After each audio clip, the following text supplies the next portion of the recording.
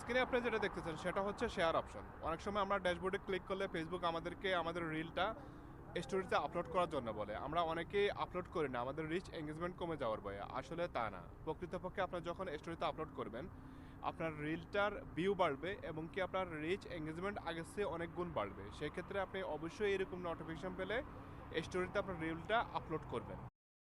ফেসবুকের আরেকটা নতুন আপডেট, আপনি এখন থেকে চাইলে সেই ইনসাইডে ঢুকে আপনার ভিডিওর র্যাঙ্কিং অবস্থা জানতে পারবেন। এই র্যাঙ্কিং অবস্থা শুধুমাত্র আপনার ভিডিওর সাথে আপনার ভিডিওর কম্পেয়ার, অন্য কারো ভিডিওর সাথে কম্পেয়ার নয়। কিন্তু এটা আপনাকে ইন্সপায়ার করবে নেক্সট ভিডিওটা আরও ভালো করার জন্য।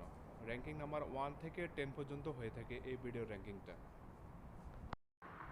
কন্টেন্ট মনিটাইজেশন সেট আপের পরে সর্বনিম্ন কত টাকা হলে ফেসবুক আপনাকে পেমেন্ট দিয়ে দেবে আপনি এই অপশন থেকে চেক করতে পারবেন। নতুন অনেকেই মনিটাইজেশন সেটআপ পেয়ে গেছে। মনিটাইজেশন সেটআপ পাওয়ার সাথে সাথে কিন্তু ফেসবুক সবাইকে মিউজিক ইউজ করার লাইসেন্স দিয়ে দেয়। যদি আপনি কখনো দেখেন মিউজিক ইউজ করার পরে এইরকম একটা নোটিফিকেশন আসছে রেভিনিউ শেয়ার করার জন্য, আপনি সাপোর্ট ইনবক্সে গিয়ে সাপোর্ট ইনবক্স চেক করে ওইখান থেকে আপনি রেভিনিউ শেয়ারে গিয়ে রেভিনিউ শেয়ারটা অ্যাকসেপ্ট করে দেবেন যদি আপনি ভিডিওটা রাখতে চান। আর যদি ভিডিওটা না রাখতে চান তখন অপশন 3 নম্বরে গিয়ে আপনি ভিডিওটা রিমুভ করে দেবেন। যদি আপনি শেয়ারও না করেন রেভিনিউ এবং কি ডিলেটও না করেন, পরবর্তী সময়ে আপনার ভিডিওতে ইস্যু আসতে পারে।